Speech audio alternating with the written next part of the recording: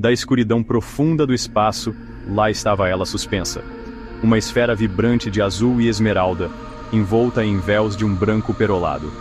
A Terra, uma joia de beleza inimaginável, embalada no vazio frio, pulsava com vida, um testemunho da capacidade ilimitada do universo para a criação. Uma sinfonia silenciosa da natureza, a tocar-se por continentes e oceanos.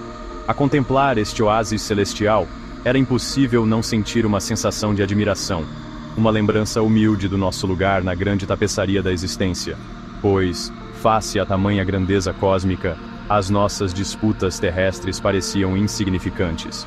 Uma réstia de dúvida, um pensamento fugaz. Como poderia algo ameaçar tamanha magnificência? A resposta, como muitas coisas no universo, era complexa e terrivelmente simples. A nossa própria obra, a nossa própria fome insaciável de poder, a nossa incapacidade de superar as pequenas diferenças. Estávamos prestes a testemunhar o potencial destrutivo da discórdia. Uma lição gravada, não em pedra, mas no próprio tecido do nosso planeta. Do meu ponto de vista, bem acima desta tragédia em desenvolvimento, eu só podia assistir com horror ao inimaginável começar a acontecer.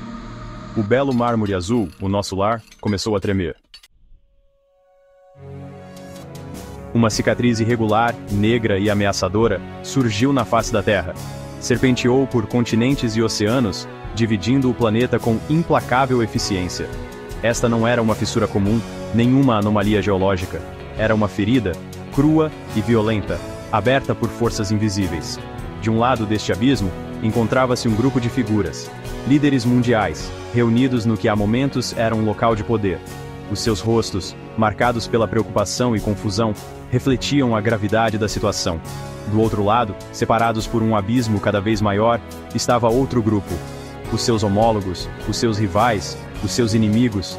Mas, perante este cataclismo, não seriam todos simplesmente humanos? Os líderes, antes cheios de confiança e autoridade, agora pareciam pequenos, insignificantes. O seu mundo cuidadosamente construído, a sua intrincada teia de alianças e rivalidades, não significava nada perante este desastre iminente. Por um momento, ousei esperar que esta experiência partilhada, este encontro com a aniquilação planetária, os pudesse unir, que encontrassem um terreno comum, uma forma de colmatar a divisão. A minha esperança durou pouco. Das profundezas do abismo, uma figura ascendeu lentamente. Uma mulher, envolta em sombras, com as feições obscurecidas por um capuz. Nas suas mãos, segurava um pergaminho, cujas bordas brilhavam com uma luz sinistra. O silêncio caiu sobre os líderes reunidos enquanto ela se erguia, a sua presença irradiando uma aura inquietante de poder. Ela falou. A sua voz um zumbido baixo e ressonante que parecia reverberar pelo próprio núcleo do planeta. Chegou a hora, proclamou ela, com as suas palavras a ecoarem pelo abismo. As consequências dos vossos atos estão à mão. O medo, primal e avassalador, apoderou-se dos corações dos líderes. Eles, que detinham o destino das nações nas suas mãos, estavam agora à mercê desta figura enigmática.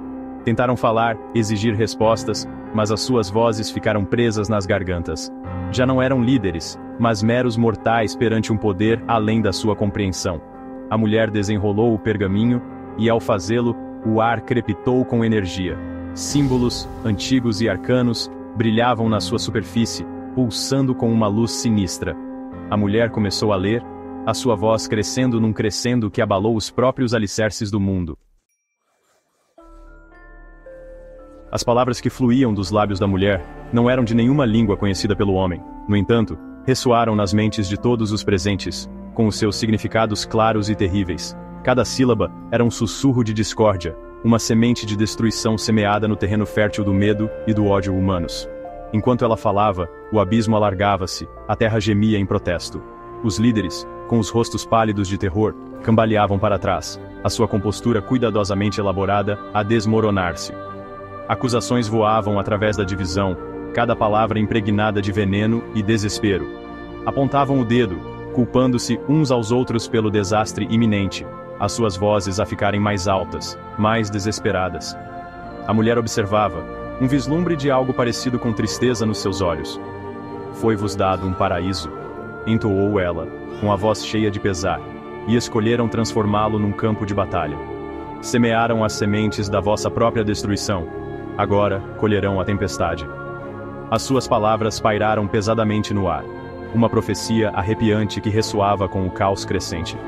Os líderes, consumidos pelas suas pequenas disputas, pareciam alheios à desgraça iminente.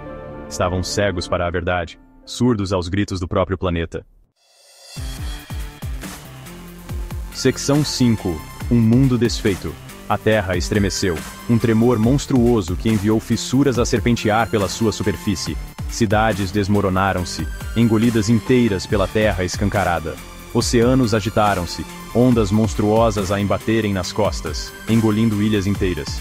Isto não era apenas um terremoto, mas um planeta em agonia. O ar encheu-se com o rugido ensurdecedor de um mundo a desfazer-se. Gritos, cheios de terror e desespero, ergueram-se acima do estrondo, apenas para serem engolidos pela cacofonia da destruição. O céu, antes de um azul vibrante, estava agora sufocado por fumo e cinzas. O sol, uma memória distante. Os líderes, com a sua bravura finalmente desfeita, caíram de joelhos. Os seus rostos, uma máscara de horror. Tinham jogado seus jogos de poder, as suas guerras de palavras e ideologias, e agora o mundo estava a pagar o preço. Mas era tarde demais para arrependimentos. Tarde demais para pedidos de desculpa. Os dados estavam lançados, o destino do mundo selado pelas suas próprias mãos. Enquanto observava o planeta a desmoronar-se debaixo de mim, uma profunda sensação de perda invadiu-me. Não era apenas um corpo celeste a ser dilacerado. Era o berço da vida, a fonte de inúmeras histórias, sonhos e aspirações, todos a serem extintos num espetáculo horrível. No meio do caos, o meu olhar pousou em duas figuras. Dois líderes, irmãos em armas outrora, agora separados pelo abismo cada vez maior. Tinham sido próximos, o seu laço inquebrável, a sua ambição um sonho partilhado. Mas o poder, essa serpente insidiosa, tinha-se insinuado entre eles, sussurrando promessas de glória e domínio. Agora, estavam à beira do oblívio, os seus rostos contorcidos numa mistura de terror e arrependimento. A terra sob eles dobrou-se, rocha derretida a jorrar do abismo crescente. Estenderam a mão um para o outro, um apelo silencioso de perdão, por um último momento de ligação perante a aniquilação. Mas era tarde demais. O calor intensificou-se, insuportável, consumidor. A sua pele formou bolhas, a sua carne derreteu. Os seus ossos transformaram-se em cinzas. Ainda assim, estenderam a mão um para o outro, um testemunho do poder duradouro da Irmandade, mesmo quando os seus corpos sucumbiram ao inferno. As suas lágrimas de lava, um símbolo trágico do seu destino partilhado, pingaram no abismo, engolidas pela voragem. A sua morte, um microcosmo do destino do planeta, serviu como uma lembrança brutal do poder destrutivo da discórdia. A sua ambição, outrora uma força motriz, tinha se tornado a sua ruína, uma história de advertência gravada na própria essência da sua morte. A Terra, outrora uma tapeçaria vibrante de vida, era agora um deserto cicatrizado e destruído. O abismo, já não contente em dividir continentes, tinha partido o planeta em pedaços, os seus restos despedaçados a arremessarem-se pelo vazio. Os gritos de bilhões, silenciados para sempre, ecoavam no vácuo do espaço, um testemunho arrepiante da loucura da humanidade. A mulher, a mensageira deste apocalipse, estava sozinha no meio das ruínas. O pergaminho na sua mão desfez-se em pó. O seu propósito cumprido. O seu olhar, cheio de uma profunda tristeza, varreu os restos do que outrora fora um mundo a transbordar de vida. Este é o preço da discórdia, sussurrou ela, a sua voz um suspiro doloroso levado pelos ventos solares. O salário do ódio, o fruto amargo das vossas divisões. As suas palavras, pesadas de tristeza e resignação, pairaram no vazio, um epitáfio final para uma civilização que tinha semeado as sementes da sua própria destruição. A destruição da Terra não foi uma vitória para as forças do caos, mas uma tragédia de proporções cósmicas. Serviu como uma lembrança brutal de que mesmo na imensidão do universo, as nossas ações têm consequências. Que as sementes da nossa destruição muitas vezes jazem adormecidas dentro de nós, à espera das condições certas para florescer. Ao olhar para os restos despedaçados da Terra, não pude deixar de refletir sobre a fragilidade da existência. Com que facilidade uma civilização, capaz de tanta beleza e engenho, podia ser posta de joelhos pela sua própria luta interna? Com que facilidade nos permitimos ser divididos, ver inimigos em vez de vizinhos, priorizar o poder sobre a unidade? A destruição da Terra não foi apenas um evento físico, mas espiritual.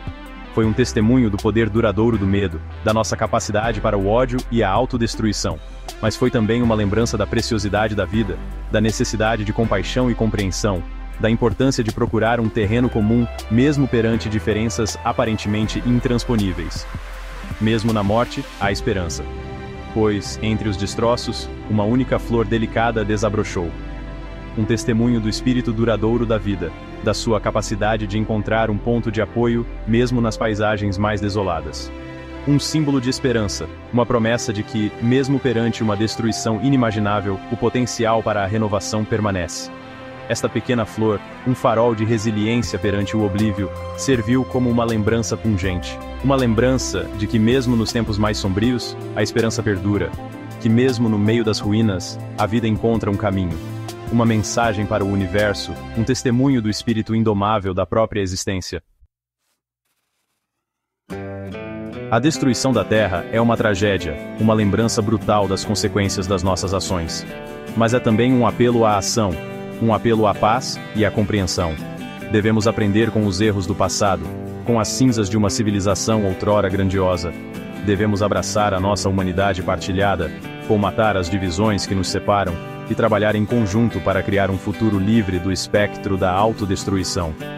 O universo é vasto, cheio de maravilhas ainda por descobrir. Mas é também um lugar perigoso, cheio de desafios que irão testar a nossa determinação. Foi-nos dada uma segunda oportunidade, uma oportunidade para aprender com os erros do passado e criar um futuro melhor.